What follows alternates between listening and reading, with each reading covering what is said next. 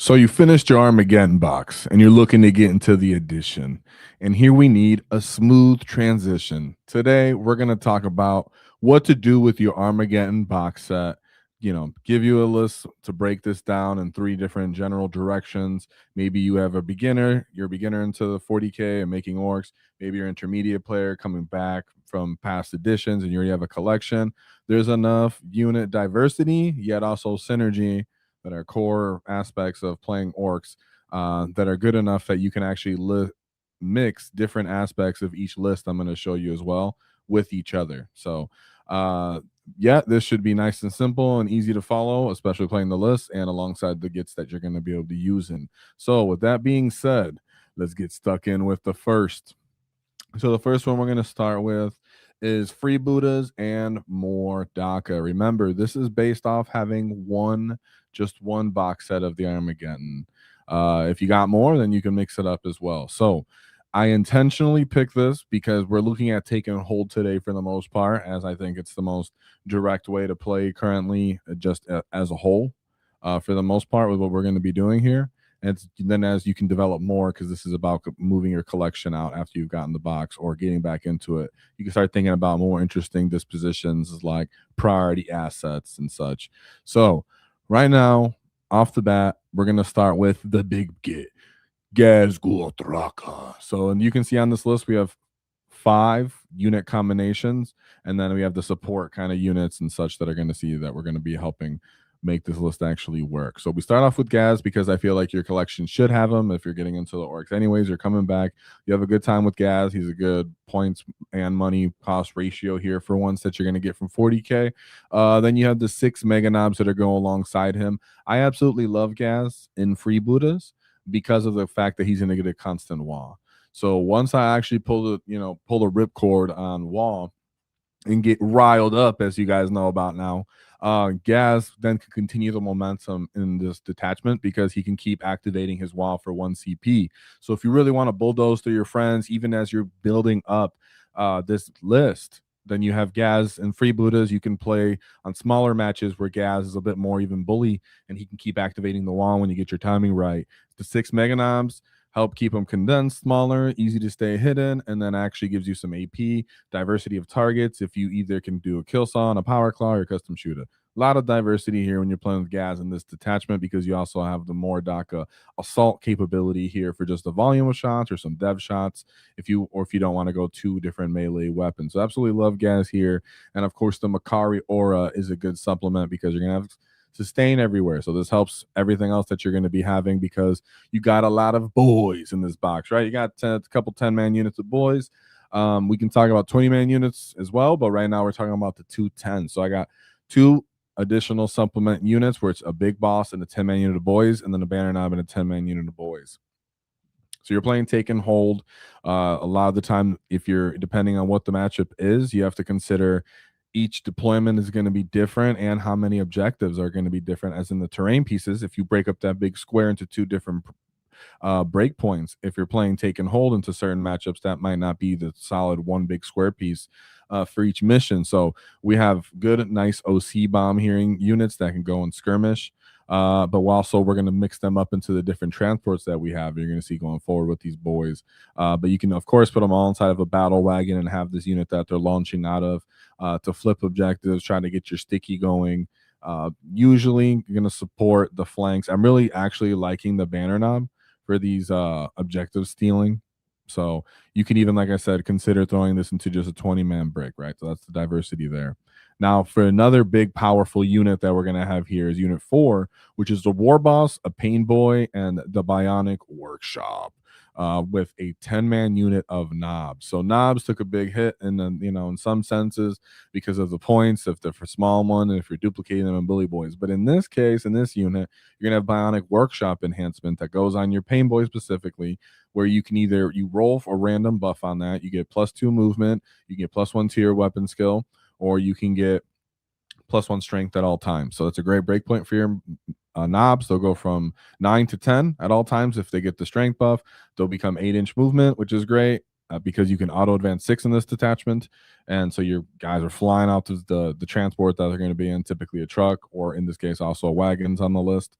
And then you have the War Boss there, so they're also getting -1 to wounds. You have a 5-up Invul and the Pain Boy, 5-up Feel No Pain. You can regen D3 Pain Boys in this as well. So you have 2 big, powerful units alongside each other with Gaz and the Knobs bricks. And then you also have the transport capability for those units as well. And there's just so many stacking layers of powerful punches. You can have Gaz's Makari Aura going, standing a building for sustain, hitting on possibly 2s with your Knobs, because you can roll for the +1 on your weapon skill, and then the War Boss gives you +1. So those are 2 different ways to get +1 to your ability of hits. Therefore, you would be hitting on 2s instead of 4s with Knobs, which is fantastic. So crazy damage, and then you have reroll wound access. So even building up this list, there's a lot of devastating combos. But of course, you got to have something to pop the hull units right at range. You have to get the enemy's respect out there, right? And sometimes when you're launching off that home objective as a freebooter, and you're picking your home, and then you're going to choose a unit to have wall and then jump off your home objective. In this case, it could be a banner boy unit, go jump on the enemy's natural, maybe your own. But in this case, you have the Big Mac where he can either stand on it, the objective, or if you're going for an enemy that's towing on an objective that you choose. But the Big Mac with shock attack gun with the enhancement of Get Finder goggles and 6 tank busters is going to be in what we call a SWAT team, where you're going to have a small unit like a 5-man flashgate unit. It could also be swapped out for a burner boy unit. Either way, you have a 5-man unit of something, and then you have a more elite unit. In this case, it's going to be a tank buster unit with the ignore cover enhancement at all times. Of course, we know that in more Dakka, you can give yourself for 1 CP as well. That's an option. You could, but you could use it on the same turn as your flash gets, for example, and then you could still have ignore cover from your tank buster unit, as well as this is maybe a little bit of an earlier game thing where the enemy's towing on objectives. Then you can take advantage of that. So you might not want to use the CP that early to ignore cover. So I did find it necessary to pay just outright for the Gift Finder goggle, but you might not choose, you might choose different. Yet that threat of being able to pop enemy transports or tanks or gun platforms is quite important, and what makes this so good and synergistic and a good combination on your list. So we have 2 trucks, like I said. So in this case, you know, most people would go for the SWAT team in a truck, and then you would go for the Knobs in another truck with the War Boss and the Pain Boy, and then 2 10-man units of boys in the battle wagon alongside their unit characters. Like I said, you can also just make those a big 20-man unit, which I think is actually more optimal. But because I'm assuming you have 2 Knobs, you want to use them like that. So up to you. As I said, the battle wagon, I think per dollar and just what it does on the field, the model itself seems like it's still going to be sticking around for a while. It's a really fun, nice model with a lot of bits and such. So I do think he's just worth getting. So most people already have him, but if you don't, you get him. You got the Big Mac Dakka rig on here. He's not getting like necessary support. He's going to be trying to take advantage of heavy, but because you have these other kind of gun platforms, you have other transports and wagons, there's other target priorities on the enemy in a certain way that your Big Mac might not get focused down, and he still might have the positioning to stage up. So I'm feeling good about the Big Mac Dakka rig as a support shooting just from his volume for elite. So you have a mix of that between the flash kits, the Big Mac Dakka rig itself, some small arms from some of the infantry units, and then you have the tank buster unit to pop those units as well, the hull units.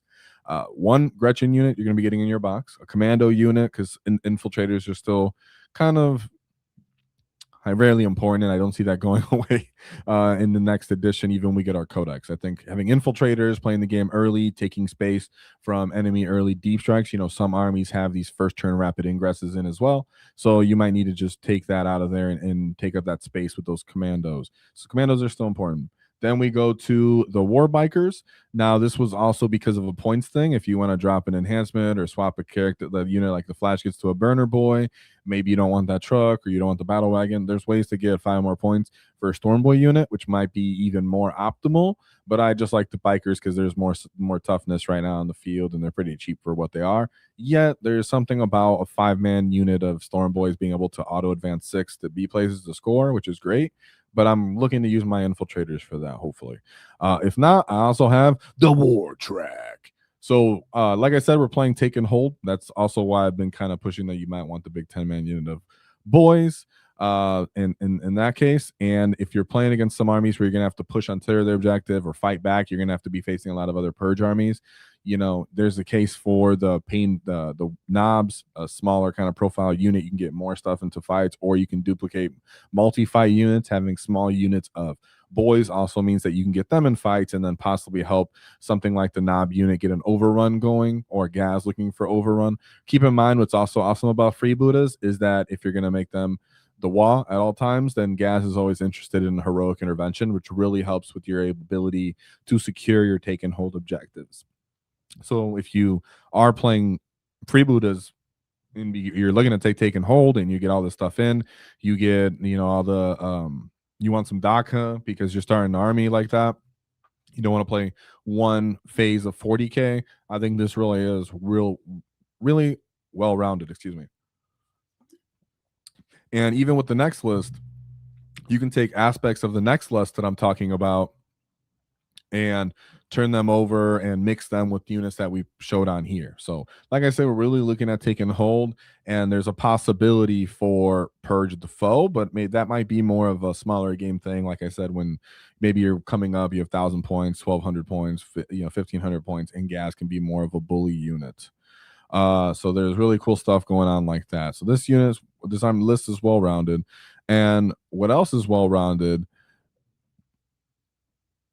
are Acrylic, Pro Acryl, Momentum, Hobbies, paint sets. If you're an Orc player, you already know the pain of painting your Orc models like these Armageddon models, and you want to make it a little bit more smoother for your vehicles, your bikers, your walkers. Pro Acryl is high quality and easy to work in. Comes with a bit of a thin down paint already, so it's easy to layer up and get going for your wall on the table. So if you're new to the Orcs or join the great WAAAGH, check out our Pro Acryl paints from Momentum Hobbies using the affiliate link in the description, and helps the channel a lot at no extra cost to you, because the faster you paint, the faster you are. So with that being said, we have the Warhorde list. So the reason why I also have this Warhorde list on the side is, like I said, you can take parts of this and mix it with the Freeboota. So this is really meant to get everybody's brain kind of floating and going. So starting off, we have, did I make sure I put on here? Yeah, Warhorde. So we have a typical beast boss. Now, keep in mind, this is just a common unit that people have right now that are being able to get a hold of, and I think they're going to stick around for a while. They're a newer kit, so it's still easy to advise that you would want to use it. In this list, though, I did get the impression that, let's say you got one Armageddon box set and you were maybe a little newer intermediate, then you can get another 20 boys, because there's a lot of people getting rid of stuff, and maybe, you know, there's going to be boys secondhand that I think they're going to be around, and GW already alluded to other kits and such. So it's, I think maybe in this case I did push for another 20-man unit of boys, but I also think that applies to Freebooters, so it applies to both. And I do know this sounds weird for when you're watching maybe a Warhorde list, but keep in mind, you know, it wasn't uncommon to use like a Zogrod, for example. So you can even swap out a Zogrod maybe for one of these boys units if you want, and it still applies in this manner. But there are reasons why I want the other 20-man unit of boys, in my opinion. So Unit 1, Beast Boss, that's great for destroying enemy vehicles. You get the synergy of Gaz, or just having sustain critical 5+, re-rolling it for your dev wound, fishing sustains on your your Beast Boss, and now you don't have to choose to keep the lethal. So those just all stay sustained, throw them in for your dev wound fishing. Absolutely awesome. Now the second unit is the Banner Not Boys. Like I said, we have to play you know, this game of take and hold, and sometimes we're gonna have to push onto the enemy's objective, whether it's a take and hold matchup, or it's a like mirror match, or if it's a priority asset matchup, right? There's most likely a time where you're gonna have to push onto the enemies. So if you're playing Freeboota or you're playing this Warhorde one, whether you're holding your natural with this 20-man unit, or you're gonna use it to launch onto back to the enemies from your safe position to the enemy's natural, or you're trying to actually push with Gas to the middle and you need more OC, that I think that's really what's going to matter for your take and hold, because a lot of these other units are kind of killy.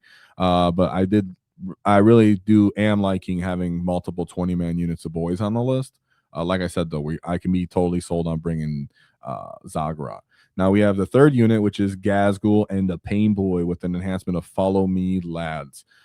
So that makes him faster. Then you add We Go on top of that. Another thing to keep in mind as well, if you're playing Warhorde, is the rule that stopped you from using a stratagem from units that are within your transport doesn't exist anymore. Therefore, it is implied that yes, you can choose Here We Go on a unit that's in a transport. So if you're using one of those 10-man unit of knobs like I spoke about earlier, or in this case a breakable unit, yes, you can use Here We Go on him now, and they can launch out of that truck at a faster pace. Now that truck with the Warboss and the Breaker Boys, really at its optimal peak potential here in Warhorde, and it also has a SWAT team. So there's a 5-man unit of flash kits as well. You don't actually want to leave your Dakka at home. And like I said, though, you can choose to bring Burner Boys, but it's even worse in this case because you don't have assault, right? So I'm more committed to the flash kits here, and they're more multi-purpose hybrid. It works out pretty well. Another thing that's going on is for Unit 5, I brought a Deff Killer War Trike with Super Cyborg Body and 3 War Biker units. This is for taking opportunities to flip an enemy's expansion, right? Not for a huge cost investment while you position boys and other units to yours and to take the middle. It is strong enough, and if you put it in Freebootas, for example, then it can be on the wall. In this case, it actually hits at a quite substantial potential. Now, if you honestly, you don't even need to take the bikers. You can just take the Deff Killer War Trike with the Super Cyborg Body. But in my opinion, it's not enough OC. People are much more aware. It's not the, earlier edition of 10th edition where people would just put a transport there. So people are looking, because it's so obvious, most people have to hold their natural. There is some supplemental support that's going to be gone and given.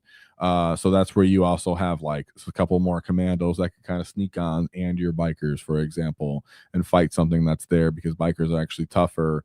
The trike hits harder. He has other weapons as well. So I like the trike a lot. And like I said, he could be taken on his own. And I think he's just good for like filling out a collection before you move on to like Cult of Speed or whatever the codex, because we've seen what, we'll talk about that in another video, but we've seen there's 15 detachments. So having something like a trike might be great on hand for just expanding your collection. Then we go to 2 trucks. Again, we know there's new trucks coming out, so me suggesting them doesn't feel bad because they blend right in with your old ones, or if you new ones. So if you get either, or you get parts of both and you kit bash your own, trucks are still going to be good in the battle wagon. I think that's good fundamentals for building out your collection, because you can open up other detachments more easily, because transports are just quite necessary for Orks, and they have been for several editions now. I don't see that changing too much when we get our codex.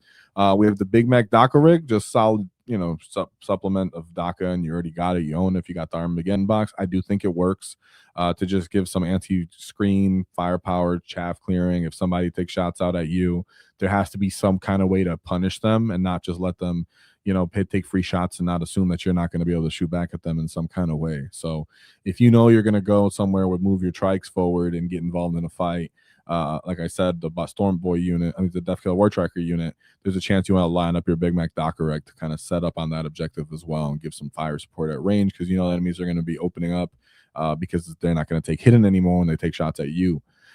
Then you also have like I said, the SWAT team. You have the Gritchen. You have 10 commandos. Infiltration is still important, even Warhorde. And in this case, that's going to be looking to do up your objectives, because you have the big 20-man units, you have the trikes, you have other stuff that's looking to hold objectives.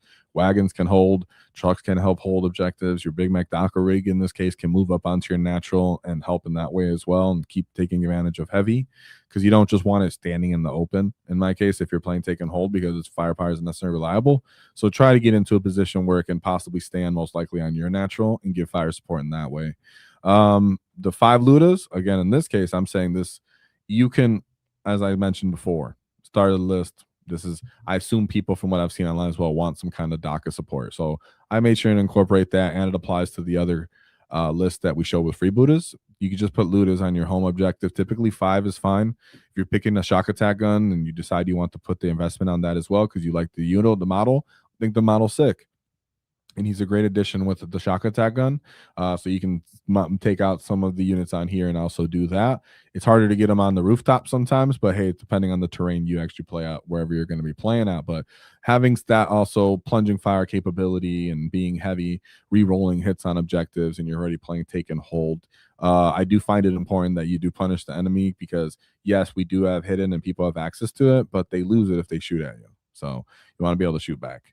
You have a Storm Boy unit for just secondaries, being able to have some kind of deep striking potential. Again, you can swap this, or you can drop this, and you can drop a War Biker unit, like I said, and make up more points to make up more Storm Boys, but you also already have the War Track. War Track's nice because you can suppress units. So in this detachment, you know, you don't have the tank busters that can reach out and pop the enemy hull unit, so you might just suppress it, just make it not able to actually hit you as hard. Or if there's some kind of combined, maybe a Terminator unit that's disrespecting you standing out in the open, you know that it can possibly shoot you. You know, there's Psychic Librarian Terminator bricks, for example, that are maybe moving around in the future. There's a chance that you can shoot at it and try to I guess it can ignore the modifiers even if you suppress it, huh? Because they're psychic.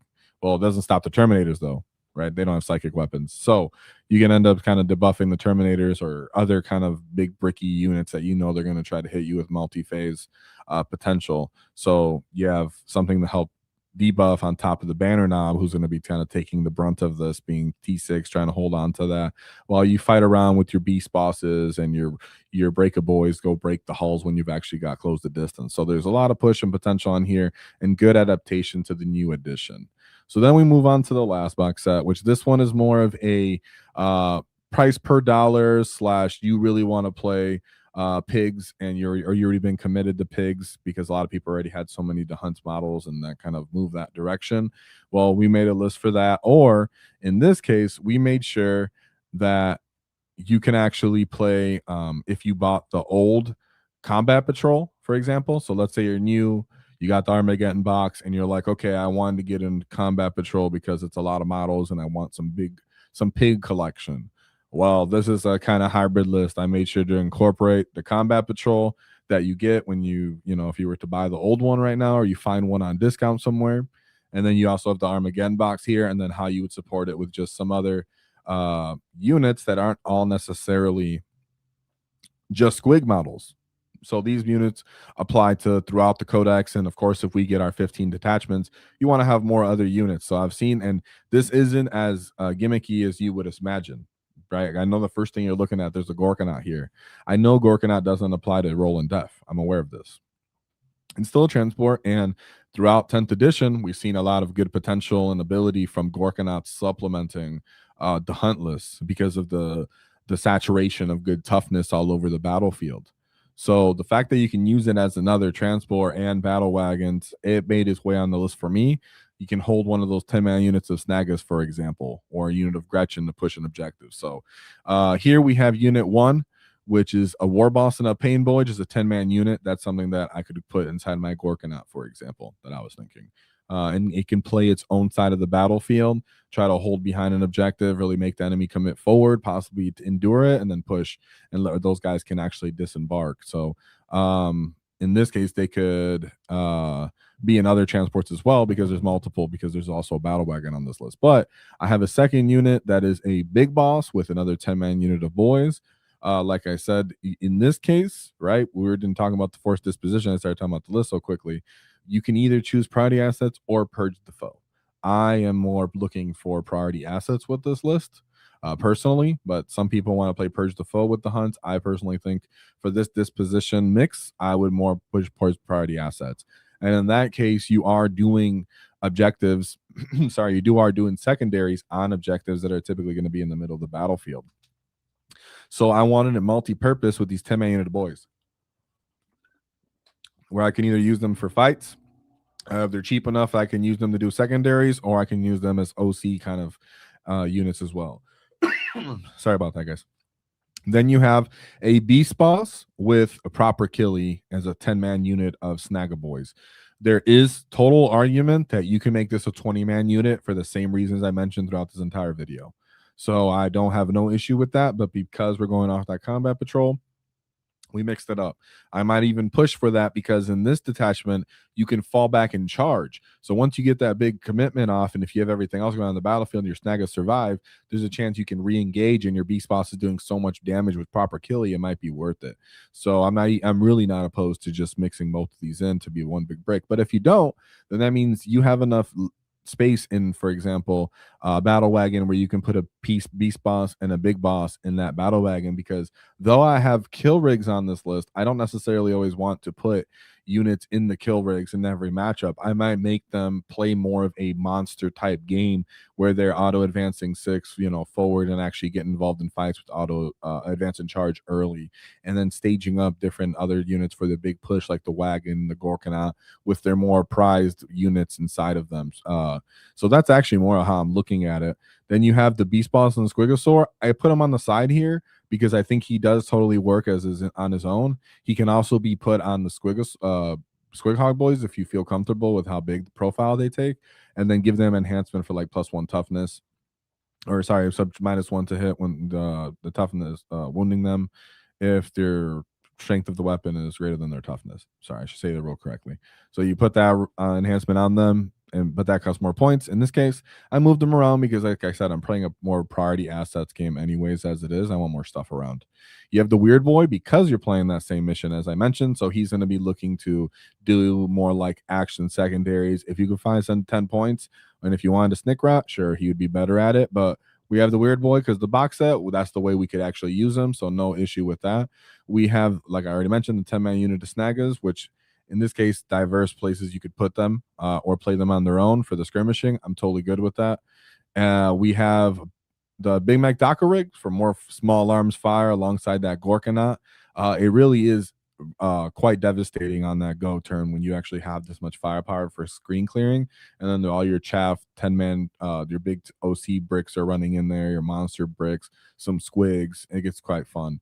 2 unit of Gretchen, same reason, priority assets, but you can also use one of those Gretchen inside one of your, let's say you decide to put your Snaggas inside your kill rigs, you can put a unit of Gretchen inside your Gorkanaut, and then as the Gorkanaut's staging, the unit can then next turn disembark and start doing a priority asset or doing a secondary as a whole, or they can end up holding the objective while the Gorkanaut moves forward, attacks the unit that would typically heroic them, and then they keep that objective as well. So there's multiple ways you can use Gretchen that they're still viable and they're fun in transports. 2 rigs, like I said, monsters, commandos. Personally, I still think you want that for this as well, because you want those that little action monkey units that can be playing around. But if you don't want them, you can just go for more, maybe find more ways to get more pigs on the list. Only 1 unit of pigs I put so far because I'm not necessarily sold on a bunch of them, but also because I was just mentioning 1 combat patrol, and this list is supposed to be diverse enough that you can incorporate aspects of this to the prior detachments we showed, and or you're just expanding your collection and you don't want to be everything invested in just playing squig snag units. So there's walkers, there's bigger transport, there's boy mobs you could play, and everything in between. So that's how I felt about the Orc Armageddon box. And if I mixed anything, make sure you let me know like now in the live chat or in the comments after the video. We got Aaron. What's up, Aaron? Whoa! And yes, power claws are now strength 10 you get without the wall. So we have so much more to talk about. Thanks for bringing that up, Aaron, because that's going to be the next video that we're going to be coming out with. So stay tuned for that, as I have a lot to say about that, as I'm excited about where the Orcs are headed and everything we've seen. Shout out to Omnissiah Sphinx for being a member. War to the git. Don't worry, we're baking on everything we're coming out with the members. It's that time of the Great Wall. So with that being said, there's only one thing to keep in mind is don't cross our wall, because we'll knock your teeth out.